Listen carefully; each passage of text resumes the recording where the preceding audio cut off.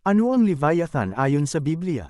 Mapanulaman o literal, alam ng Diyos na ang ilustrasyon ng Leviathan ay magpapaalala sa nakikinig na walang kapangyarihan sa lupa, maging sa natural na mundo o sa mga kaharian na gawa ng tao, ang makatatayo sa kapangyarihan at kaluwalhatian ng ating Panginoon. Ano nga ba ang Leviathan na binanggit sa kasulatan? Crocodile, dragon, o ancient sea serpent, ang Loch Ness Monster? Depende kung sinong teologo ang tatanungin mo. Ang Leviathan, isang nilalang na binanggit sa Job 40 at Awit Kapitulo 74, 14, ay nagpagulo sa mga iskolar at walang sinuman ang tila may malinaw na conclusion kung ano ang halimaw na ito. Sa artikulong ito, susuriin natin ang iba't ibang mga talata na nagbabanggit ng Leviathan at mga posibleng pampanitikang kagamitan na ginamit sa mga sipi na iyon. Aalisin din natin ang ilan sa mga interpretasyong inakala ng mga iskolar tungkol sa tunay na katangian ng halimaw na ito at kung bakit ito sa huli ay mahalaga sa ating mga mananampalataya ngayon.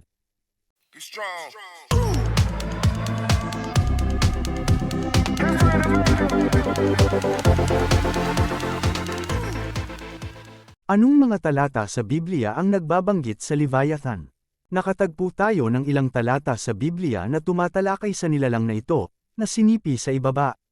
Naway sampay ng mga sumusumpa sa araw ang araw na yon, ang mga handang gisingin ng Leviathan, Job Kapitulo 3, 8. Maaari mo bang hilahin ang Leviathan gamit ang kawit o atali ang dila nito ng lubid, Job Kapitulo 41, 1. Ikaw ang dumurog sa mga ulo ng Leviathan at nagbigay nito bilang pagkain sa mga nilalang sa disyerto, Awit Kapitulo 74, 14, doon ang mga sasakyang pandagat ay parut-par ito, at ang Leviathan, na iyong inanyuan upang magsayaw doon, mga Awit Kapitulo 104, 26.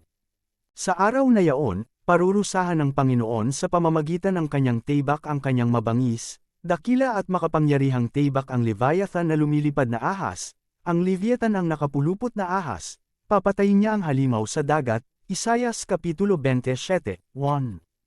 Mula sa lahat ng mga talatang ito, maaari nating ipagpalagay na ang Leviathan ay naninirahan sa dagat, o isang anyong tubig, at isang nilalang na dapat isaalang-alang.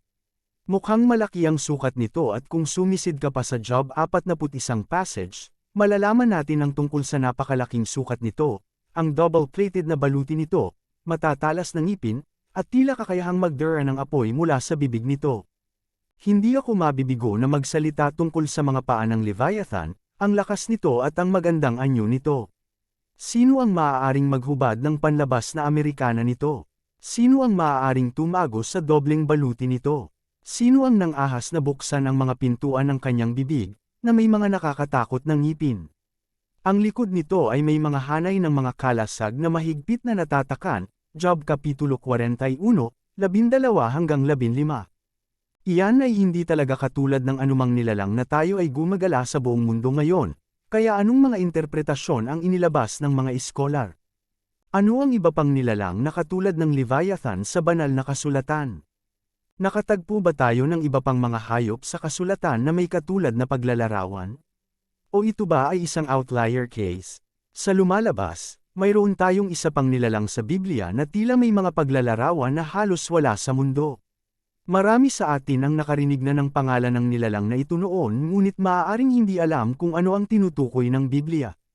Pagpapakilala sa Behemoth, kung hindi pa natin ito nabasa sa banal na kasulatan, malamang na nakatagpo natin ang pangalang ito sa ilang sanggunian ng pop culture media.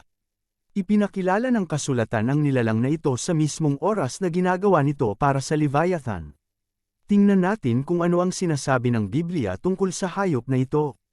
Job Kapitulo 40, 15-24, narito, ang Behemoth, na aking ginawa gaya ng ginawa ko sa iyo, kumakain siya ng damo na parang baka. Narito, ang kanyang lakas ay nasa kanyang mga balakang, at ang kanyang kapangyarihan ay nasa mga kalamnan ng kanyang tiyan. Kanyang pinatigas ang kanyang buntot. Gaya ng sidro, ang mga litid ng kanyang mga hita ay magkakadikit. Ang kanyang mga buto ay mga tubo na tanso, ang kanyang mga paa ay parang mga halang na bakal. Magbigay ng pagkain para sa kanya kung saan. Naglalaro ang lahat ng mabangis na hayop. Sa ilalim ng mga halamang lotus siya ay nakahiga, sa kanlungan ng mga tambo at salatian. Para sa kanyang lilim ay tinatakpan siya ng mga puno ng lotus, ang mga willow ng batis ay nakapaligid sa kanya.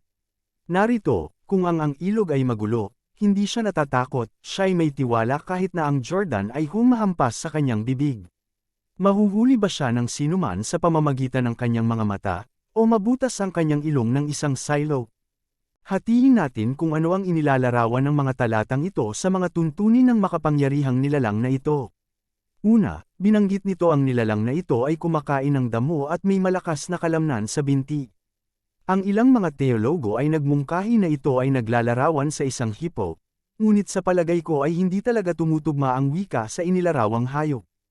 Pangalawa, ang mga talata ay nagsasalita tungkol sa kung paano ang hayop na ito ay may mahaba, malakas na buntot at malalakas na buto at litid. Marami sa mga paglalarawan ang nagpapaalala sa akin ng isang dinosaur sa ilalim ng dagat o higit pang sinaunang nilalang.